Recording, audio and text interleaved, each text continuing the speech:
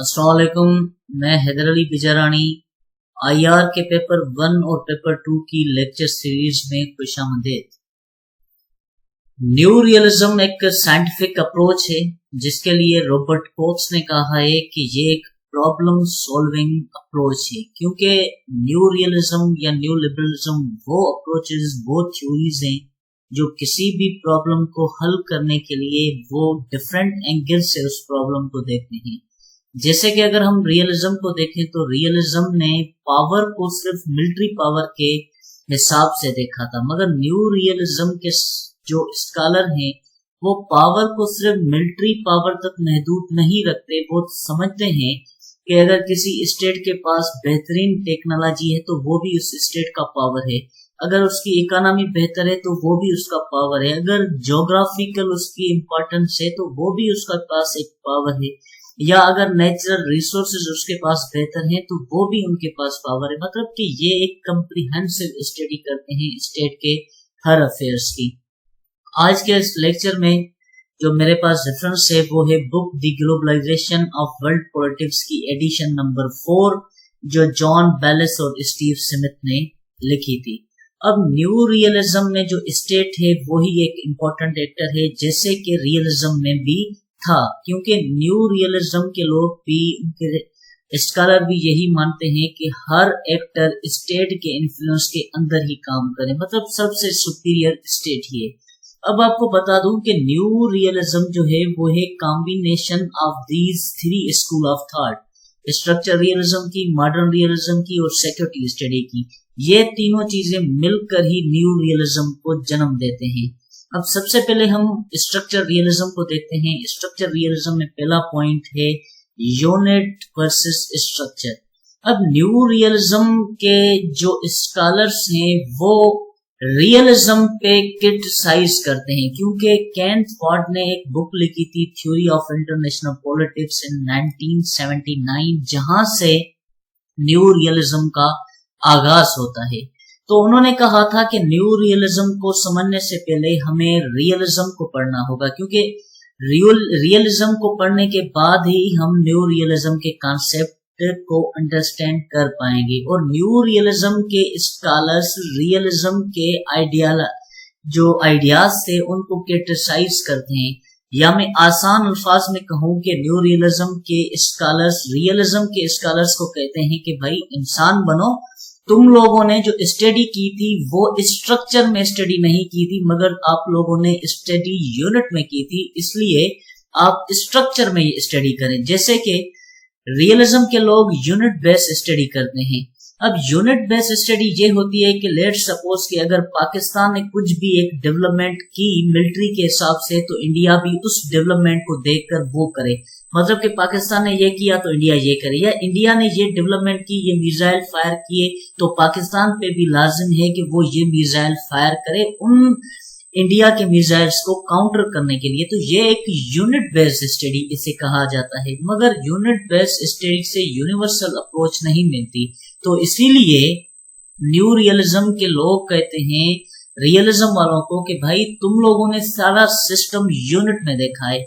आपने देखा कि किसी कंट्री ने अगर अपनी पावर, मिलिट्री पावर बढ़ाई, तो उसको देखकर आपने कहा कि पावर बढ़ाए, तो इससे तो एक ऐसी सिचुएशन तैयार हो जाएगी जिसमें दुनिया जंग की तरफ चली जाएगी। तो इसलिए यूनिट में स्टडी नहीं करें, स्ट्रक्चर में करें।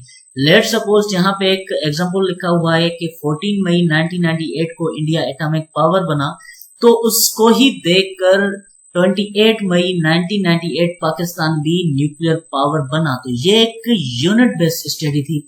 मगर यही एग्जांपल अगर हम नॉर्थ कोरिया और साउथ कोरिया के पर्सपेक्टिव में देखें तो यहाँ पे यूनिट स्टडी फेल हो जाती है, क्योंकि नॉर्थ कोरिया तो 2006 में वो एटॉमिक पावर बनने जा रहा था, मगर साउथ कोरिया ने कोई भी ऐसा स्टेप नहीं लिया। क्योंकि अगर यूनिट बेस्ड स्टडी होगी तो उसमें आपको हर जगह पे यूनिवर्सल अप्रोच नहीं मिलेगी।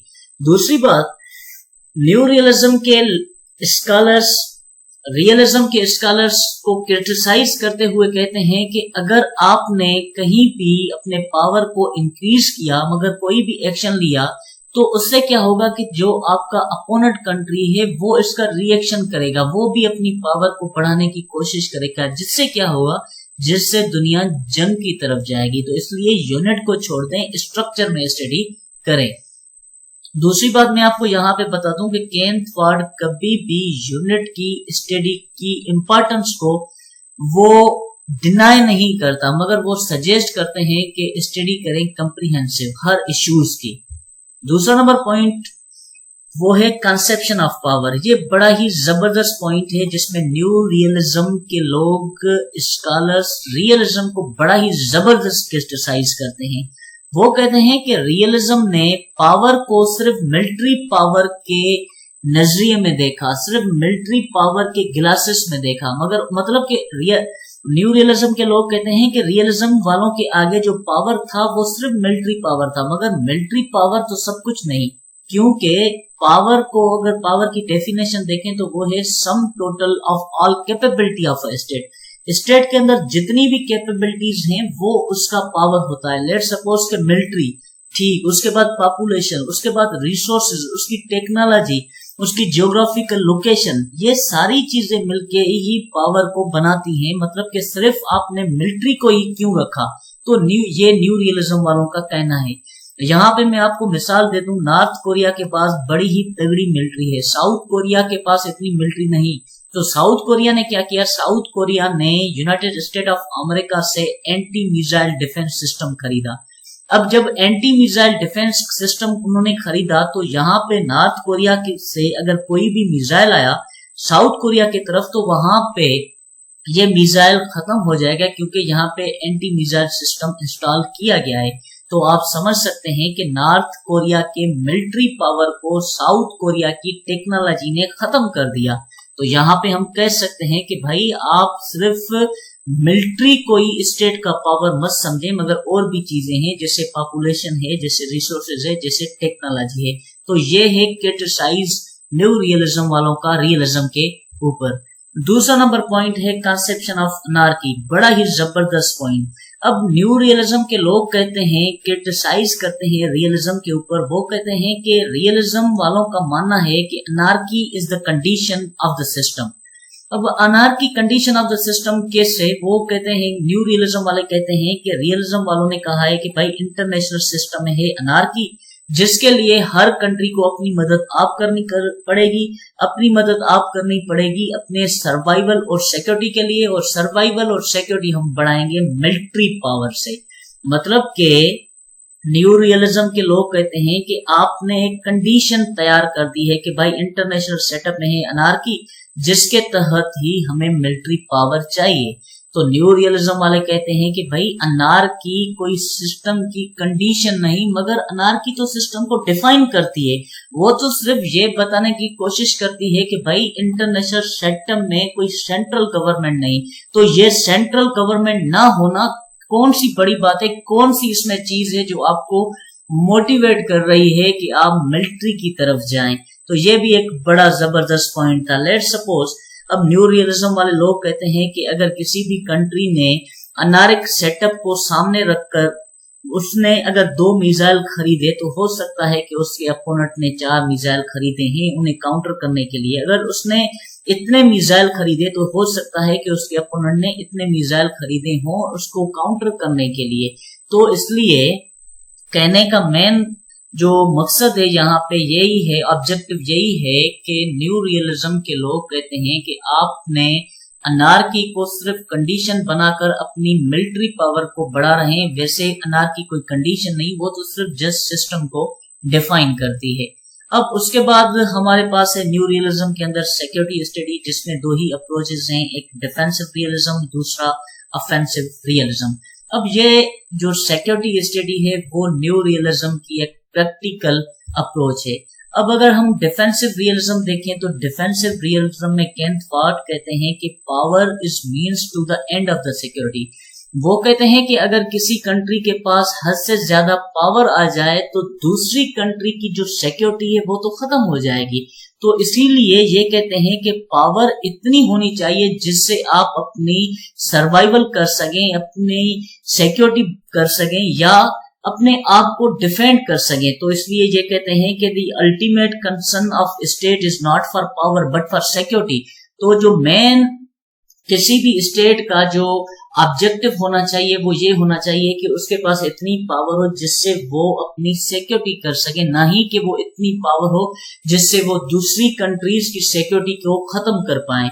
और दूसरी बात यहाँ पे मैं आपको बता दूं कि केंट वार्ड ये भी कहते हैं डिफेंसिव रियलिज्म में, वो कहते हैं कि स्टेट को चाहिए कि वो सिक्योरिटी मैक्सिमाइजर्स बने, नहीं कि पावर मैक्सिमाइजर्स। मतलब कि उसे अपनी सिक्योरिटी बढ़ानी चाहिए पावर बढ़ाने से। तो ये है डिफेंसिव रियलिज्म। डिफेंसिव रियलिज्म के बाद है ऑफेंसिव रियलिज्म। ऑफेंसिव रियलिज्म वाले लोग कहते हैं कि भाई देखें, इंटरनेशनल सिस्टम में है अनार्की है, कोई सेंट्रल गवर्नमेंट नहीं, तो इसीलिए हर कंट्री को चाहिए कि उसे इतनी पावर हो जिसमें वो ना ही कि सिर्फ अपनी सर्वाइवल कर पाए, सिक्योरिटी कर पाए, मगर उनकी इंटरनेशनल सेटअप में हेजमोनी बन जाए, उनकी डोमिनेंसी बन जाए। जैसे वो एक मिसाल देते हैं कि देखें 1991 में जब सोवियत टूट गया तो उस वक्त United state of America he powerful बना। तो अमेरिका ने क्या किया, जो उनकी फॉरेन पॉलिसी थी, उनकी फॉरेन पॉलिसी में उन्होंने डिफेंसिव अप्रोच पर ज्यादा फोकस दिया। डिफेंसिव अप्रोच में मतलब उन्होंने क्या किया, जेंडर इक्वलिटी पे काम किया, डेमोक्रेसी पे काम किया, एजुकेशन पे काम किया, मगर उन्होंने सिक्योरिटी स्टडी को नजरअंदाज किया। जब सिक्योरिटी स्टडी को उन्होंने नजरअंदाज किया तो फाइनली 9/11 का इश्यू हुआ। तो इसीलिए ऑफेंसिव रियलिस्ट कहते हैं, जिसमें मियर शिमर है, वो कहते हैं कि हर स्टेट को चाहिए कि वो अपनी पावर को इतना बढ़ाए जिससे उसकी एक हेजमोनिक पोजीशन तैयार हो जाए। मगर यहाँ पे मैं एक बार और भी इस पॉइंट को और बता दूं कि जो ऑफेंसिव रियलिस्ट हैं वो यही कहते हैं कि इंटरनेशनल सिस्टम है अनार्की, तो उसके लिए हर कंट्री को अपनी मदद आप करनी है। वो मदद करनी है अपनी सर्वाइवल और सिक्योरिटी के लिए, और सर्वाइवल और सिक्योरिटी के साथ साथ ही उन्हें इतनी पावर बढ़ानी है जिससे उनकी हेजमोनिक पोजीशन बन जाए। अब दूसरी बात यहाँ पे मैं आपको बता दूं, ये एक बड़ी ही जबरदस्त स्लाइड है, अगर इसे मैं चलो पढ़ लेता हूं। इसमें है the term given to this spiral of insecurity is the security dilemma. According to Wheeler and Booth, security dilemma exists when the military preparations of one state create an unresolvable uncertainty in the mind of another as to whether these preparations are for defensive purposes only to enhance its security in an uncertain world, or whether they are for offensive purposes to change the status quo to its advantage. अब यहाँ पे क्या है कि new realism के लोग कहते हैं, जो डिफेंसिव रियलिज्म की सोच रखने वाले, वो कहते हैं कि ठीक है भाई, आपने अपनी मिलिट्री बढ़ा दी, अपनी पावर बढ़ा दी, और आपका मानना ये है कि सिर्फ सर्वाइवल ना हो, सिर्फ सिक्योरिटी ना हो, मगर आपकी एक हेजमोनिक पोजीशन बने। जब आपने कंटिन्यू मिलिट्री प्रिपरेशंस स्टार्ट कर ली, तो जो आपके नेबरिंग कंट्रीज हैं जिनके आपके साथ ताल्लुकात बेहतर नहीं, तो उनके दिलो दिमाग में तो एक सिक्योरिटी कंसर्न्स क्रिएट होंगे, उनको तो थ्रेट लगेगा आपकी मिलिट्री प्रिपरेशन से, जिसे हम सिक्योरिटी डायलेमा कहते हैं। तो वो यही सोचेंगे कि ये मिलिट्री प्रिपरेशंस जो हैं वो डिफेंसिव पर्पसेस के लिए हैं या ऑफेंसिव पर्पस के लिए हैं, और ये ऐसी चीज हैं जो दुनिया को जंग की तरफ ले जाती हैं। लेट्स सपोज यहाँ पे मैप बना हुआ है नॉर्थ कोरिया और साउथ कोरिया का। यहाँ पे अगर नॉर्थ कोरिया ने अपनी मिलिट्री प्रिपरेशंस बढ़ा दी और बड़े मिसाइल्स, टैंक, ये सारी उनके जो सोल्जर्स हैं, अगर यहाँ पे उन्होंने खड़े कर दिए, तो साउथ कोरिया को हो सकता है लगे कि ये मिलिट्री प्रिपरेशन जो है ये हमारे ऊपर अटैक करेंगे या ये अपनी डिफेंसिव पर्पसेस के लिए कर रहे हैं। तो ये जो सिक्योरिटी डायलेमा साउथ कोरिया के अंदर प्रोड्यूस होगा, वो हो सकता है कि यूनाइटेड स्टेट ऑफ अमेरिका या किसी और अलायंस से अपने ताल्लुकात बढ़ाकर नॉर्थ कोरिया के ऊपर अटैक कर दे। तो इससे क्या होगा, इससे दुनिया जंग की तरफ जाएगी। तो न्यू रियलिज्म के लोग यही कहते हैं कि भाई आप जो मिलिट्री की तरफ भाग रहे हैं, इससे क्या होगा, इससे सिक्योरिटी डायलेमा क्रिएट होगा जिसमें दुनिया में जंगें होंगी। तो इसी बात पे वो रियलिज्म को क्रिटिसाइज करते हैं कि मिलिट्री के चक्कर को सिर्फ छोड़ो। आगे बढ़ते हैं। अब है न्यू रियलिज्म में एक और अप्रोच, मॉडर्न रियलिज्म, जो जोसेफ ग्रीको ने दिए थी। अब इसके दो पॉइंट है, एक रिलेटिव और दूसरा absolute gain, relative gain and absolute gain. अब जोसेफ ग्रीको ये कहते हैं जो या ये कहूं कि इसमें पॉइंट में रियलिज्म वालों को ही क्रिटिसाइज किया गया है। वो ये कह रहे हैं कि भाई जो रियलिज्म अप्रोच के लोग हैं वो ज्यादातर एब्सोल्यूट गेन के पीछे भागते हैं। उनका मानना यह होता है कि उनके पास हद से ज्यादा एक पावरफुल मिलिट्री हो, एब्सोल्यूट मिलिट्री हो, उनके पास एब्सोल्यूट किस्म के वेपन्स हो उसके पास। तो क्या होता है, अब वो एब्सोल्यूट की बातें, एब्सोल्यूट मिलिट्री वो दुनिया को जंग की तरफ ले जाती हैं। तो इसीलिए वो कहते हैं कि हमारे पास कोई एब्सोल्यूट काम नहीं हो, मगर हमारी मिलिट्री, हमारी सिक्योरिटी वो रिलेटिव हो, इतनी हो जिससे हम अपनी सिक्योरिटी कर सकें। लेट्स सपोज इस मिसाल को मैं अगर और वाज़ेह कर दूं, चाइना ने for example 2 defence missile system खरीदे और चाइना को ये लगा कि ये उसकी एब्सोल्यूट पावर है या एब्सोल्यूट गेन है, मगर ये नहीं होगा, क्योंकि यूएसए को जब ये मालूम होगा कि चाइना ने 2 मिसाइल खरीदे हैं तो यूएसए हो सकता है कि 3 मिसाइल खरीदे। तो इस वक्त एब्सोल्यूट कौन हो गया, अब एब्सोल्यूट हो गया यूनाइटेड स्टेट ऑफ अमेरिका। फिर चाइना उसको काउंटर करने के लिए अगर 4 खरीदे तो इस वक्त एब्सोल्यूट कौन हो गया, चाइना हो गया। फिर यूएसए उसे काउंटर करने के लिए अगर 10 खरीदे तो फिर एब्सोल्यूट कौन हो गया, यूएसए। तो यहाँ पे मॉडर्न रियलिज्म में यही कहते हैं कि भाई आप अगर एब्सोल्यूट के चक्कर में पड़ेंगे तो इतने आपके पास वेपन आ जाएंगे, आपकी मिलिट्री इतनी बढ़ जाएगी जिसमें आप फाइनल स्टेज पे जंग की तरफ चले जाएंगे। तो इसीलिए न्यू रियलिज्म के लोग कहते हैं कि भाई आपके पास रिलेटिव गेन हो, ना ही के एब्सोल्यूट गेन। तो ये था मेरा लेक्चर न्यू रियलिज्म के ऊपर। मैं उम्मीद करता हूं कि आपको पसंद आया हो। अगर पसंद आया हो तो लाइक करें, शेयर करें एंड सब्सक्राइब करें। Thank you, that's all.